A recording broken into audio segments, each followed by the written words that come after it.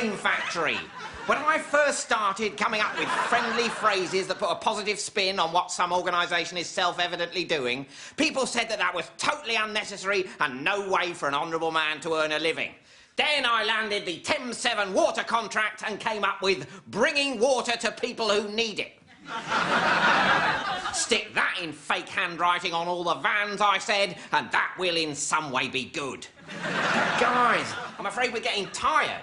Tim, have you come up with anything for that fleet of delivery vans? All right, it's when there's a thing in a place, but the people whose thing it is need it in another place, then wouldn't it be good if there was some kind of system where... Too long! Much too long! Brian, what about the one for the Dulux paint vans? Making paint for obvious reasons. No, you can't say it's obvious. That's death. It's all obvious. Julie, Department of Health? Working with you to stop you dying. Brackets sometimes. Department of Education? Hopefully ensuring you can read this. Oh, in fact, I've come up with one that would work for all government departments. Being the governmental department named above. That's a disaster. You can't give them a multi-purpose one. But it'd be a big saving in terms of... What? Money they give to us? What we're selling to them is the idea that people can no longer cope with things being simply labelled, but need some kind of hand-holding accompanying phrase. Now, I'm a certain sort of evil. Not death camp evil, not serial killer evil, but I take a perverse pleasure in having been paid through the nose for nothing of any value. That is my dream, and I'm not going to let it die. We're all completely behind you on that one. Oh, yeah. I mean, I actually used to be a serial killer, but then I realised that this sort of evil reaches so many more people. That was what I realised the last time I left a kitten on the dual carriageway. That's a moment. Maybe our problem is that we're the victims of our own success. That would be gratifying, but at the same time, a pisser. What I meant was, the pointless accompanying phrase with which we advertise our own services might be letting us down. Remind me what it is. We're currently using two. On the business cards, we've got writing what people are doing on things, and on the notepaper, we've got writing what people are doing on the thing that they're doing it in, beside, or with. You see what I mean? It's bland, and it doesn't reflect our malevolent purpose. You're right. So what were you thinking? How about sweetening your bullshit and spraying it into the faces of your potential critics? I love it. It reflects the conflict at the heart of everything. Government departments hate the people, companies hate their stupid customers, and I hate everyone in this room. Yay! Ow! My stomach. Do you suffer from gut agony? And my head. Tension head? Got that bloated feeling? Oh. Inevitable wrinkles? The beginnings of lady moustache? And now you've pissed yourself again? Women, you're leaking, aging, hairy, overweight, and everything hurts. And your children's clothes are filthy. No wonder men long for other, less clammy women. For God's sake, sort yourself out. Now I'm free to live my own life, my way. Men, shave and get drunk. Because you're already brilliant.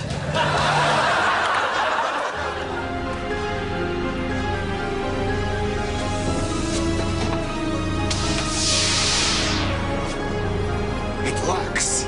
It works!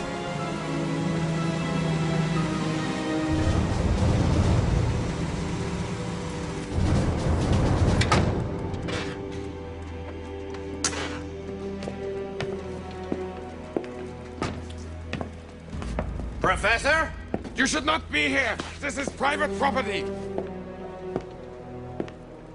Mr. President, I'm so sorry. Ah, good evening, Professor. This is Major Agnew. Major Agnew, Professor. Mr. President, this is indeed an honor. I had no idea. Well, our country's been pouring a lot of money into this secret research of yours. I thought we should find out what we've been paying for. Indeed. It so happens you are here just in time, Mr. President, Major Agnew. I do not think you'll be disappointed. Behold, then, the giant death ray!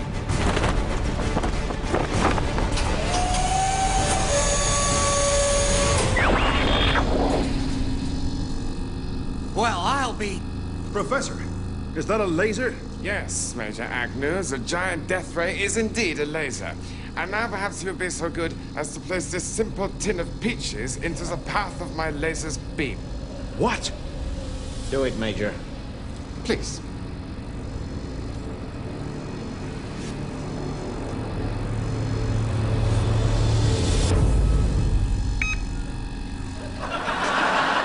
Gentlemen, the price of those peaches has just been ascertained electronically and is stored in the information banks of my giant death ray. I thank you. Any questions? Well, one question that obviously leaps to mind, Professor Death? Professor Death, is why on earth you elected to name this contraption of yours the Giant Death Ray. Oh, I see. Professor Death, Mr. President. I have a question. This laser of yours, Death ray, yes. if you were to increase the intensity of its beam, Intensity, yes. could your death ray not also be used to... Perform delicate eye surgery? Yes. No, what I'm asking, Professor, is might this death ray of yours not also have some, well, some military application? The giant death ray? A military application? Yeah. Oh, yes, of course. A military application. Yes, I'll just go and check.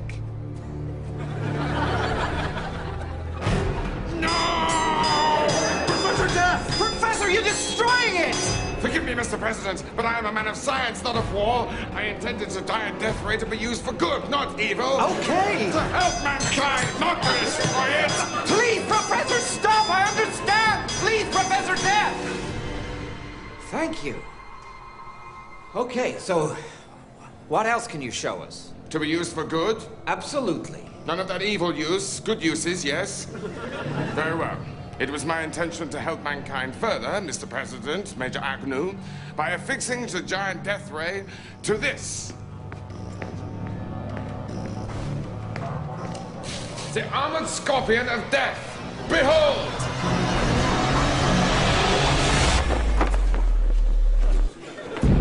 Why, by all that's...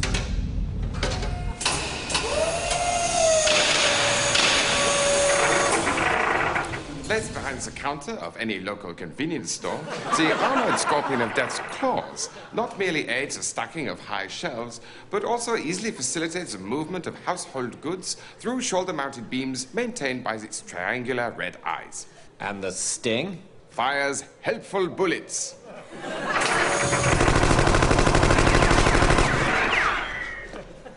Major. Well, of course, Mr. President, the military applications of such a device... No! Professor! Forgive me, Mr. President, but I created the laser-fitted armored scorpion of death to help mankind, not to destroy.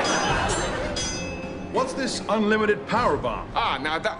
No! Oh, I'm on to you, Major Agnew. Yeah, I got your number. This bomb was created to help mankind, not destroy. And this? Mind-controlling death ants. No! The mind-controlling death ants were created to help mankind, not destroy it. Doom melon? No! The doom melon! Still needs some work. That was just another post-event power surge. Remain calm and do not touch the walls. You're watching the British Emergency Broadcasting System. The estimated season is the dark season. Now the surge has subsided, let's return to the quiz broadcast.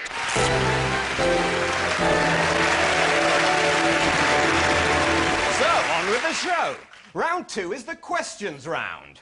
Question 1.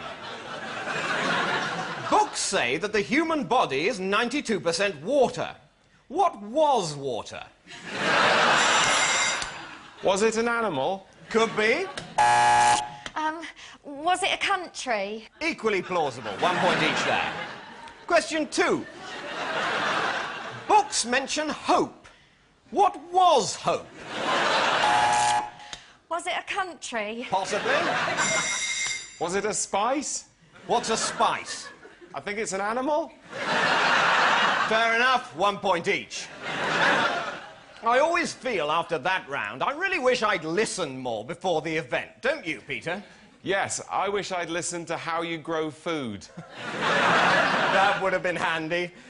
Sheila, any pre-event knowledge you wish you'd absorbed? Well, I think if I'd taken in more survival tips for children, that would have been helpful. Oh, yes. Post-event, the world would have been a different place if we'd managed to keep even some of the children alive. Moving on, please remain indoors. Round 3 is our film round. As usual, I'm going to show you the only surviving piece of pre-event footage. And the question, as always, is, what happened next?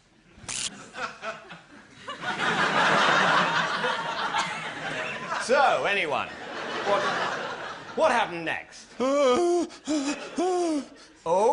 That's progress. Yes, unknown male, 282. What happened next?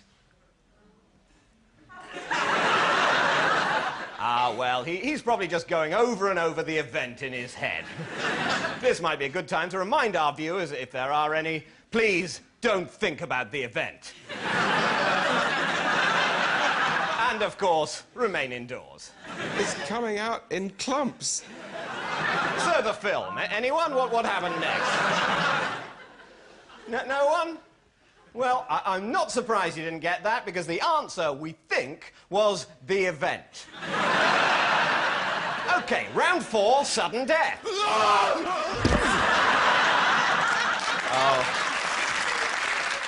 Oh, bad luck, unknown male 282, but have you had fun on the show? Have you had fun? Oh, well, I think you can go outside now. OK, so running order for the show, I was thinking hit, miss, hit, hit, miss, miss, hit, miss, hit, miss, hit, miss, miss, miss, hit, hit, miss, hit, miss. What do you think? Are we definitely going for the whole hit and miss thing? It's a sketch show. It's got to be hit and miss. That's what people expect. It's just, it is quite time-consuming, writing and filming all the misses. It almost feels, you know, a bit pointless. Well, it's the other writers I feel sorry for. The ones who have to, you know... Write the hits. Yeah. Yeah, well, tough, they should get their own show. But, I mean, still, we've done 2 hit-and-miss series now. Can't we go for something different? Look, if we didn't perversely include about 50% deliberately unamusing material, then people would have to think of something else to say, wouldn't they? What, like we're too self-referential? Ah, clever. And people call us smug. Make yourself comfortable. The wine's in the fridge.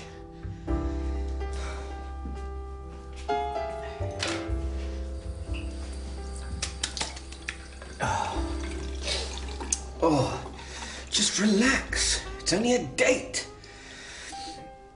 Whenever I get nervous on a date, I just try and think to myself, what would Cary Grant do in this situation?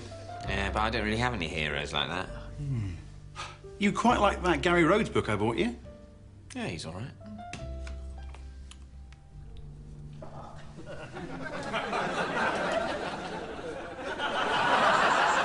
Who are you? Gary Rhodes! Are you? Yes, I'm Gary Rhodes! Is that what Gary Rhodes looks like? No, but this is the best version of me that your imagination could piece together. As far as you're concerned, I'm Gary Rhodes, and that's all you need to know. All right, well, as you're here, have you got any advice, Gary Rhodes, about the date? I'm really more of a cooking man. What sort of thing does she like? Well, I don't really know what he likes. He? Yeah, he's just through there. Oh. What? Nothing. I'm fine with it. I've just never cooked for one of you before. Sorry, are you having a problem with me being gay? No! Shut up. Is Gary Rhodes homophobic? No, I'm not. But you obviously think I am. You've also given me this. I think we both know what you've done there. So, what would you do in this situation? I haven't been on a date in 3 years, and I think this guy's great. Ugh. There you are, Gary Rhodes. I am. I'm Gary Rhodes for you. So, let's say Gary Rhodes, the real Gary Rhodes, is driving past and his car breaks down and his mobile's out of battery, so he knocks on the door and asks to use the phone. What would happen to you? Well, I'd probably start to look a lot more like the real Gary Rhodes, because you'd see what he actually looks like, and you wouldn't have to make up the bits you can't remember out of your family and friends. But, you know. Well, shall we go through? I'll be with you every step of the way.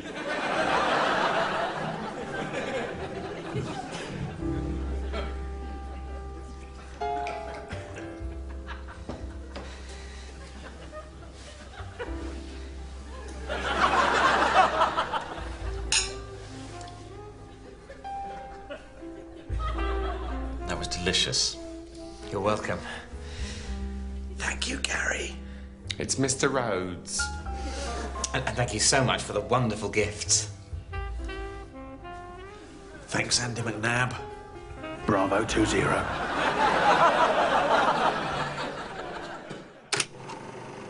Boss George! Quint, would you do something about that shark? There's a good chap. Right here, sir.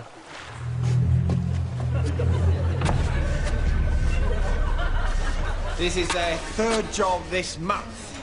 The gunman's 5'10", average build. His mate's 18 to 24 inches tall, bright red hair, usually wears a dinner jacket. They always work together, but we think the little guy is running the show. Now, the profile team tells us the next likely target is the jewellers on Mill Street. Top brass want a result. So that's where we're camping out all week.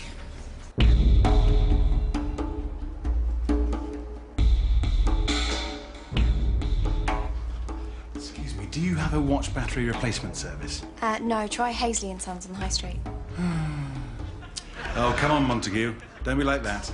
Thanks.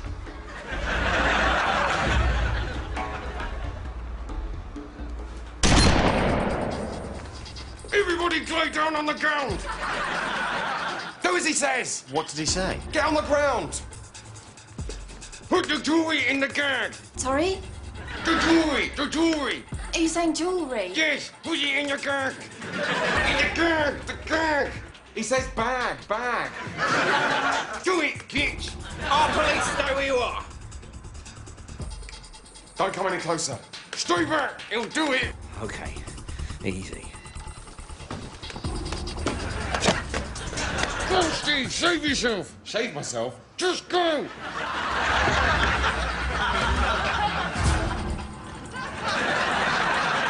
Come on, give me a name.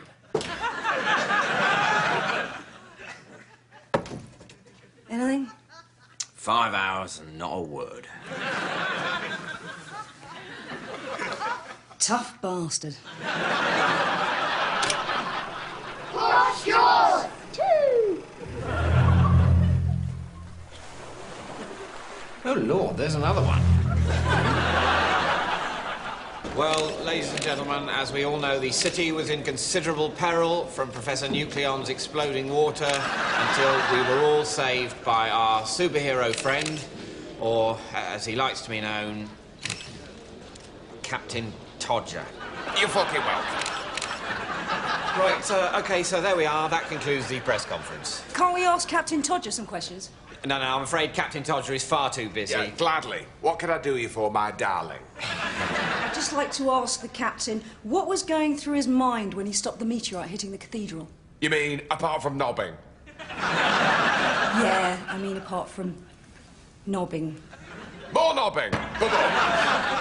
No, but to be fair, knobbing is going through my mind all of the time, especially when I'm talking to you, sweetheart, and admiring your not inconsiderable set of boobies, which are classic. Oh, for God's sake. What? I'm just complimenting the lady. I'm not sexist. I went on that course, like you said, which was tough going because the bloke running it was clearly a puff. Shut up. Sorry, puffed up.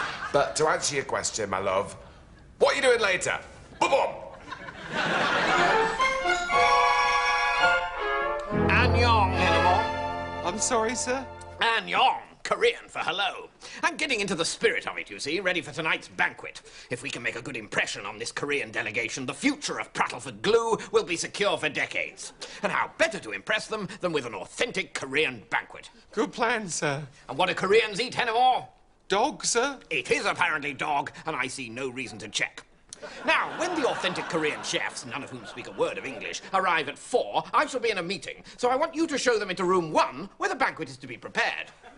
OK, sir. On an unrelated note, my wife and the other members of the Pedersby Dog Club, none of whom speak a word of Korean, will be here from about 3:30, having a little celebration following their success at Crufts. My wife is particularly proud of her prize-winning lapdog, which, for reasons best known to herself, she has named after you. I feel honoured, sir. So I've said they can hold that in room I. Oh, look at that. They've got the labels the wrong way round.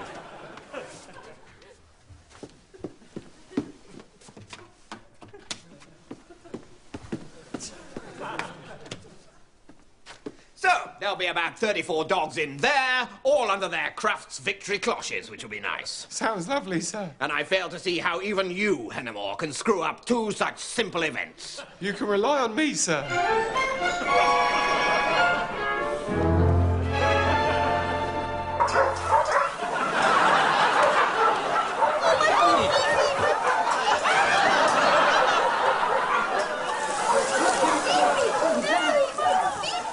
They don't seem to have arrived yet.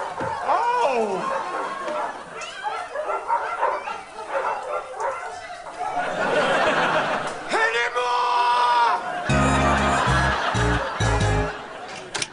Polite taxi driver!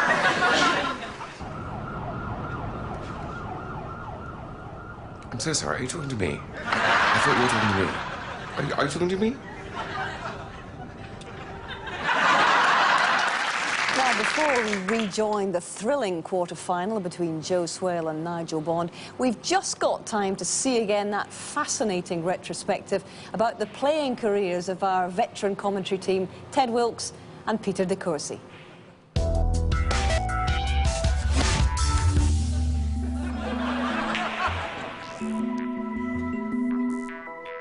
It's been me life. I've been obsessed with it my whole life. That and snooker. So, yeah, back to the snooker. Was it Shakespeare who first said, "What is snooker?" Was it not?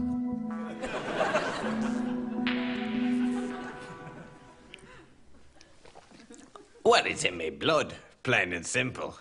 But it can be treated with tablets. So, back to the snooker. I think it was the world final that the fans wanted to see. Me and Ted at the Crucible, 1975. We'd just broken into the top 16. Well, it's the top 14 then, because there were only 14 professional players. It was a funny year, the 1975 World Championships. We'd just broken into the top 14, but then, obviously, there was that tragic coach crash on the M56, which took out the top 12. So, what are your memories of the 75 final? Well, it was just like a blur.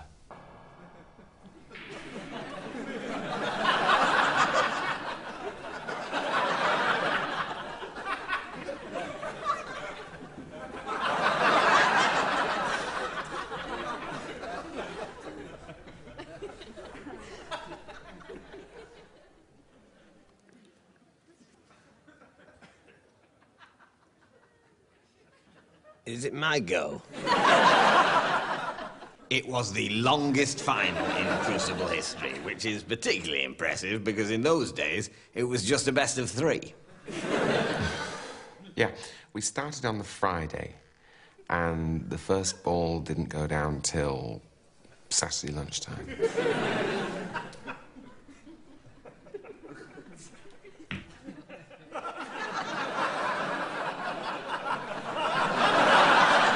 Fouled, Ted Wilkes, 4. Well, it's not easy to play at your best when you're under that kind of pressure.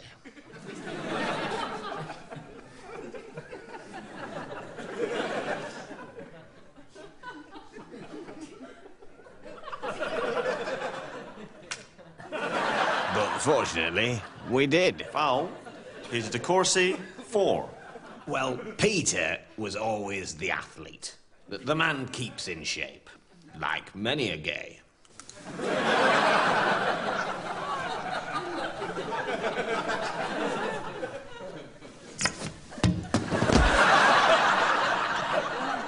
So was the CPR moment. Well, a lot is made of this. But it wasn't unusual in those days for a player to need a little bit of CPR during a match.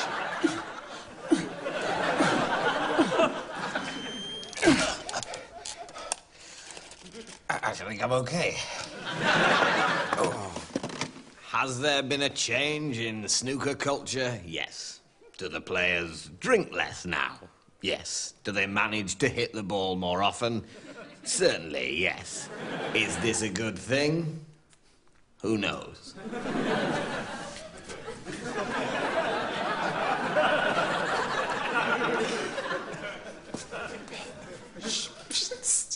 Aim for the finger. Aim for the finger. Which finger? This one. There's two. Well, in between them, then. In the end, of course, famously, we shared the title that year, after industrial action cut the match short after only 2 weeks. For me, that was the moment when I thought, Thatcher, bring it on. And I've never paid tax since. Joke. Cut that out. Gandhi! Which means, Mr. Gandhi, that partition is the only workable solution. You can shove that up your ass, you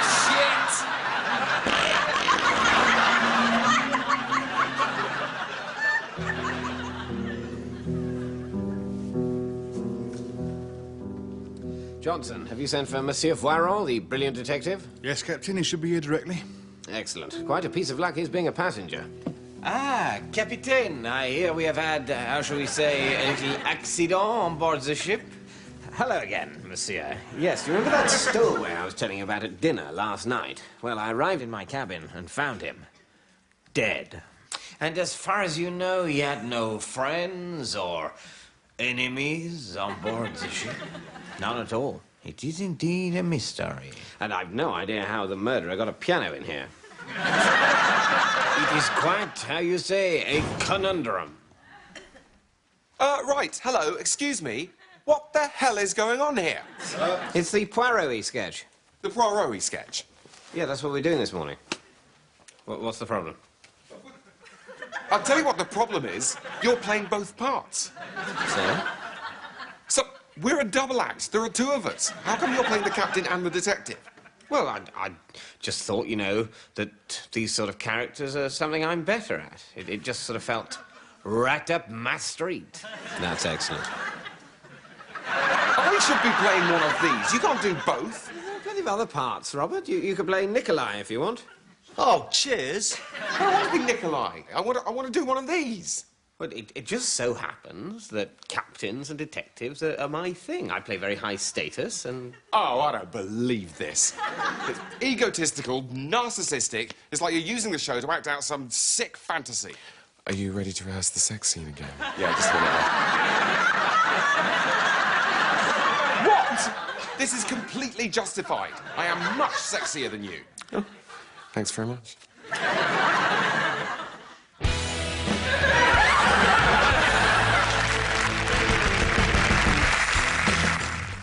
And Mitchell and Webb are back with another set of brand new sketches next Thursday at 9:30. Next tonight, a scary message in Psychoville.